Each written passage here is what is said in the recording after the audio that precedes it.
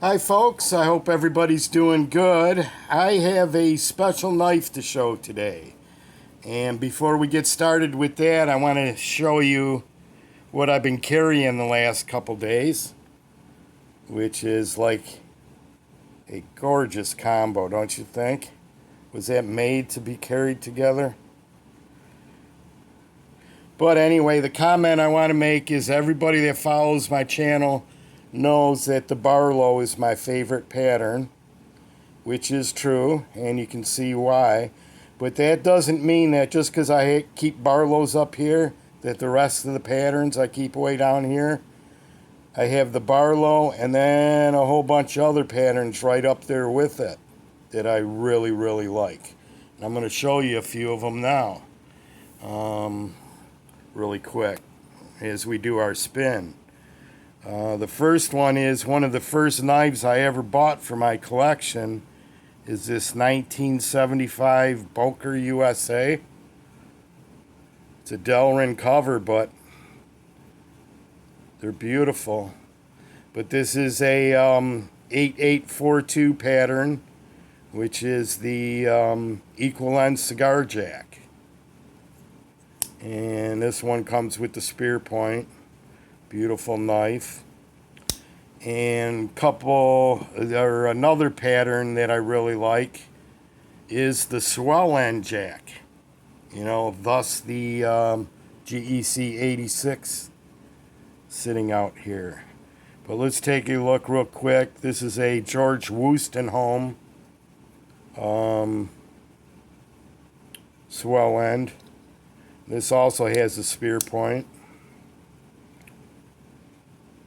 I'm not sure what year this was made, but it's vintage, and it has GEC walk and talk to it. The other one is a bigger version of the swell end.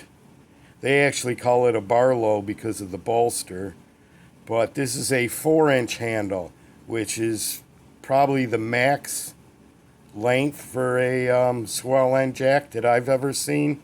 Most of them are 3 5/8 inch to 4 inches.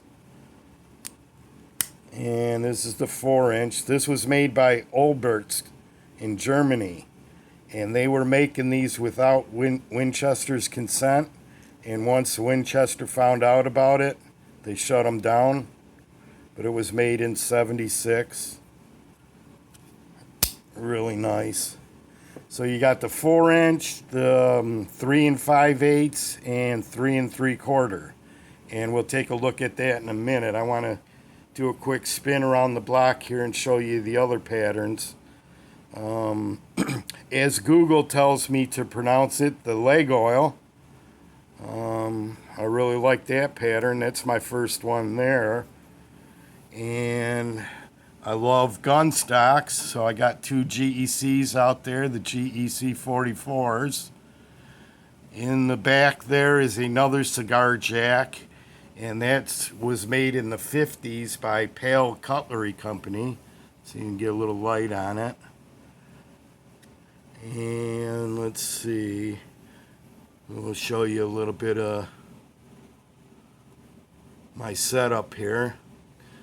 But then up here we got the GEC number 14 pattern, where you have a Tom's Choice Barlow and a Cripple Creek boy's knife. And on the block, a favorite pattern of mine is the equal end pen knife, office knife. And this one's kind of special because this is actual ivory covers. So that's a pretty cool knife there. And here's a pattern I like, but I'm not sure what it officially is called. I usually just call a knife like this a field knife or a work knife, but I imagine it's a bear head. And this was made by Otter Messer, and it's the Beekeeper in Plumwood. Just a gorgeous knife. And it's actually on the same frame, same pattern as the Otter Messer 3 rivet that I know a lot of you guys have. And let's see what else we got. Back there is a English Jack, and that's Shatton Morgan's version of it. And that's kind of special because it's got the clip point for the main blade, whereas most of your English Jacks will have a sheep foot or a spear point. It's odd to see them with a clip point, but I kind of like that one. Then up on the box, watching over everybody, is the K-Bar X177 Doghead Folding Hunter. And that was made in 1977 at the Union Cutlery Company in Olean, New York. And that was the last year they were up and running. So that knife was one of the last knives ever made at the Union Cutlery shop. So let's go over here and we'll run through these real fast. So just a bunch of GECs I threw out there. Way up there at the front is the pattern number 23. Right behind that, or right in front of that, is the pattern 54 Big Jack. The pattern number 73 Cody Scout Trapper, which is the little brother to the 23. And in front of that is the number 93 pattern Ram's Foot in Cocobolo. In front of that is the number 92 Eureka Jack pattern. The number 85 Teardrop pattern, and that's the beaver tail version. If you can see the etch on there. There you go. And here is the number 29 Dogleg Whittler, and that's a special factory order from Chris Reisner Cutlery. And I threw out the other 93 Ram's Foot that I got, and that's in Oily Creek Bone. So there's just some other patterns that I kind of really like. And there's more. I mean, I like lockbacks and, geez, you know, I'm a knife enthusiast, so I usually can't find too much wrong with any patterns.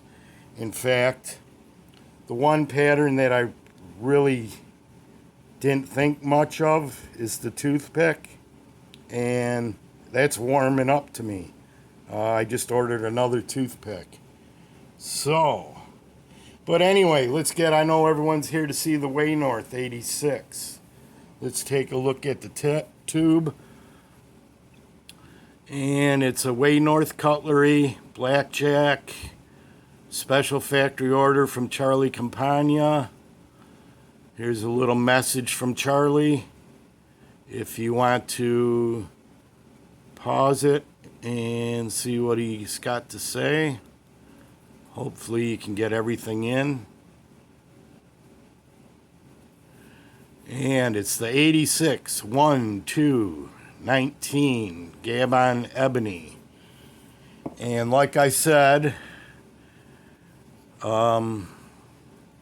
with your swell ends, they're kind of worker knives. And I've always considered this version, you know, with the wrench, kind of the worker version. So what would a formal black tie version look like? I'll show you. And let's slide it right on out, see what happens. This is the 86 Waynorth Blackjack.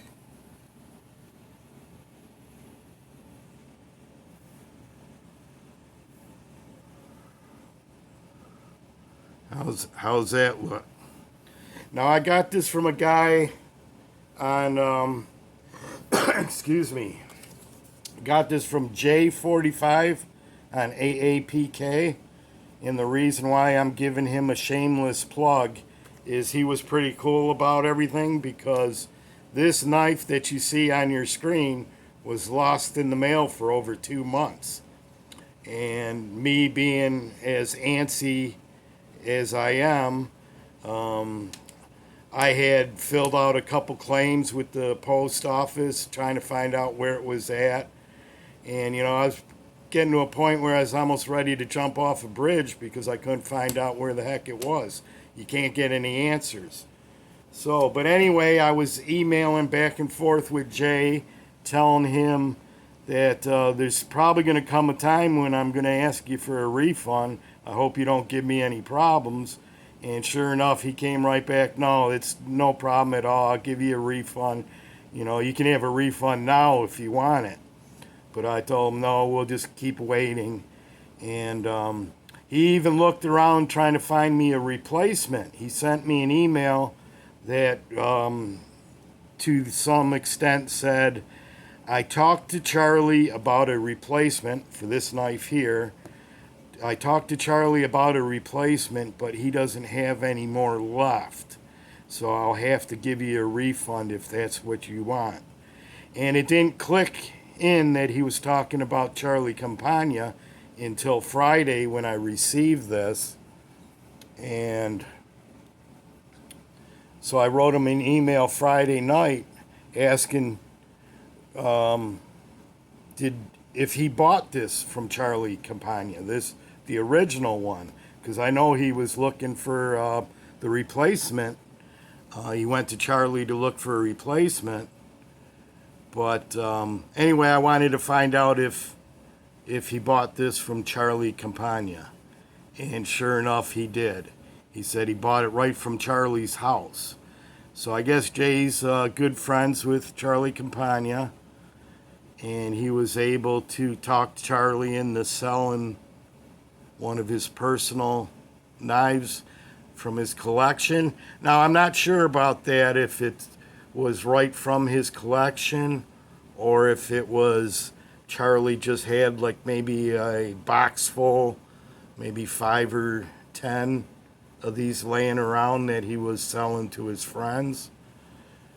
But moral of the story is, at one time this was in Charlie Campagna's home, and now it's in mine. And you can see why, I picture Charlie sitting at the end of the QC line while GEC's making his special factory order. And I just kind of get this picture in my head where you got this guy sitting down there, and he sees these beautiful covers on this knife and snatches it, since he's paying for them all. So he probably grabbed this one, took it home along with a few other ones. But you don't see ebony like this. I don't know if they got this from the root.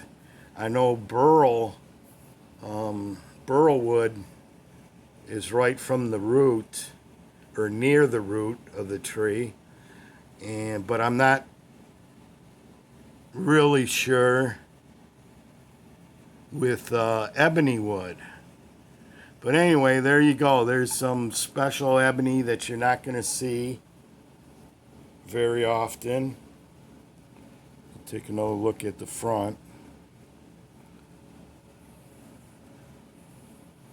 And let's see if we can get that Blackjack etch. Waynorth Blackjack. Let's just bring it in the hand here and finish up real quick. Get this out of the way. But anyway, I'm going to probably send this link out to Jay. So thanks for everything, Jay. And if you have anything you can add, any story about this with Charlie, go ahead and put it in the comments section. I think that'd be kind of interesting. There's the Waynorth Blackjack, Waynorth Cutlery, Buffalo, New York, although we know it was made in Pennsylvania.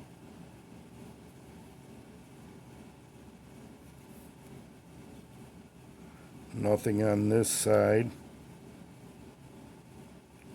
Let's check it out for some fit and finish. Not a gap to be found anywhere. And blades are centered. And all the transitions are nice and smooth. The only beef I got with GEC, and I seen Slick Slicer has the same beef. I don't understand why they can't make the pins flush. Like this pin right down here. Why aren't all the pins like that? I mean, a lot of the other makers seem to be able to do it, but it just seems like GEC. So you got a nice flush pin here. At least these aren't all knocked in. I've seen some of the GECs where they're knocked in like an eighth of an inch. But I don't know, maybe that's just the way they do it to make sure that you don't get a lot of gapping. If someone can answer that for me, maybe you can leave a comment. But it's a beautiful knife. I can get past that, believe me. I'm not going to throw it in the trash because the pins don't line up flush. All right, so let's wrap it up. Man, I'm already at 16 minutes. Just call me a rambling man. We'll put the Waynorth out there. Put that one in the middle. We'll put the 86 worker version right under that. And let's put the Winchester out there. See what they all look like matched up.